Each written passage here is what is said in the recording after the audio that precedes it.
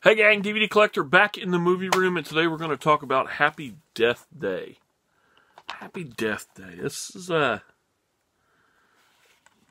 surprising film for me. PG-13 slasher films don't really do it for me. PG-13 horror in general doesn't really do it for me unless James Wan's attached in some way. But the slashers are usually really, really lame. Any of those teeny bopper, well, I like to call smartphone generation horror movies are just usually terrible. I took a chance on this because of the subject matter alone. The thought of having a horror film, a slasher film, with the premise of Groundhog Day really intrigued me. And I'm glad I took a chance on it because I absolutely love this film. By no means, if you're a horror fan, a lot of people are not going to like this film. This is just a fun romp. That's it. This is a setback and enjoy and laugh film. It's not... It's got some horror elements to it as far as what happens. There are very little jump scares even. But it's just a fun setback and watch film, and it does have a Groundhog Day in it. If you don't know what Groundhog Day is, you young people, it's a film with Bill Murray where he has to relive every day over and over and over again. And that's what we do here. Our main character, which I forgot her name completely, Jessica Ralph plays her. I mean, I can't. Anyway, it doesn't even fucking matter what her name is. It's a throwaway character anyway. She is killed and wakes up the next morning with the same day. And everything's real foggy and she doesn't know what's happening. It's deja vu. And then it happens again.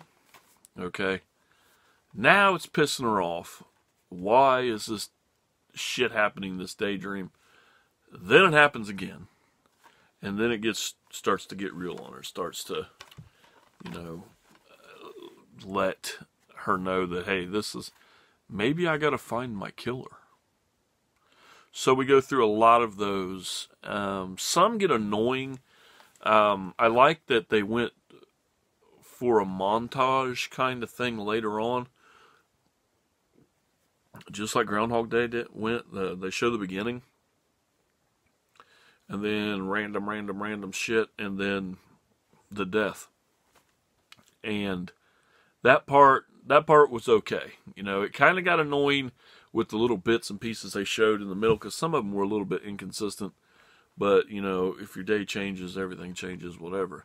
So, surprised, though, when I bought this, and after watching, I didn't pay attention to it, but it said, from the producers of Get Out, The Purge, and The Visit. All films that are 10 times better than this film. But, like I said, this is not a film for your hardcore horror fan, let alone your average horror fan. This is just a fun movie. That's all it is. The acting in it is alright. The two people that you see the most in it are our lead female and male character. They are the only ones that count anyway, so they are doing their job. They do a fairly good job. The idea of the whole film, taking the groundhog spin, is brilliant. They even tie in a little joke with the Groundhog Day thing, which when you watch it, you'll know what I'm talking about. But it's like explaining a movie to somebody that doesn't watch movies, and you'll know exactly what I'm talking about when you see that part. And it's kind of a little chuckle. Now, the film itself, like I said, is fairly well done. There is an alternate ending on the Blu-ray. It's not even worth your time. It wouldn't even have made it's like, let's film this alternate ending just for the Blu-ray, because it's totally fucking stupid. They knew their whole time that they weren't going to use this this ending. It's a terrible idea. It's a let's make a sequel, and the sequel would not go anywhere. I mean, I don't think it made any money in the theater. It probably won't even make that much money on Blu-ray and DVD. And the only reason I bought it, I stick to a strict guideline of buying stuff. I have certain directors and stuff that I buy. I'm pretty picky anymore after, you know, all of this. I own a little over 5,000 films, and I have to be picky now because of room. And I could definitely walk through here and thin it out. I really could. So I'm a little picky. I usually buy horror films. I love horror, so I'll pick and choose those. This was a kind of, you know what? I'll try it. It sounds good. I heard good things from it from a friend who likes horror stuff. You know, he said, hey, this isn't really horror, but I think you'll enjoy this. So I took a chance on it. A lot of these smartphone generation horror films I don't get into. Like, I passed on Unfriended and bullshit like that. I hated It Follows. They're just not good for me. But I'm glad I took a chance on this. I also have why do I keep saying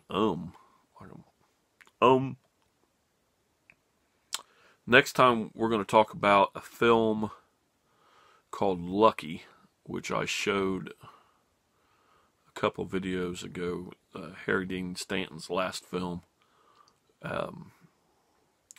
So we will talk about that. I really enjoyed that. And the wifey bought, and I don't know how many fans there are of this, but I did get year 3 of Fargo. I love Fargo. I just love the movie, and I love how these feel like that type of movie. It's a whole season, but it feels like it. This one has Ewan McGregor playing 2 characters in it, and when I'm done with it, we might talk about it. We might not. I don't like to do TV shows too much, but I just wanted to show off that I was special and got a present, so that's it. I would like to wish Ian a very well homecoming. He made it back from the hospital today. He's got his super crutch walking thing, doing much better. So let's hope he can get this under control, let the medicine work, and he's too fucking hard and grumpy to let this last. So I know that the poison is running away from him, and he'll be fine. So at least he came home with both legs. Everybody else in the ward survived. He will be shooting a video for me. He asked me specifically, I'm going to shoot a video, what would you like me to talk about?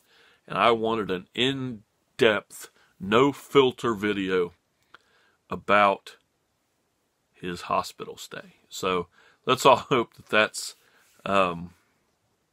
just an Ian video. Just what we want. So, till next time, guys, I'm going to let you guys go. Take care. Thanks for watching, and game over.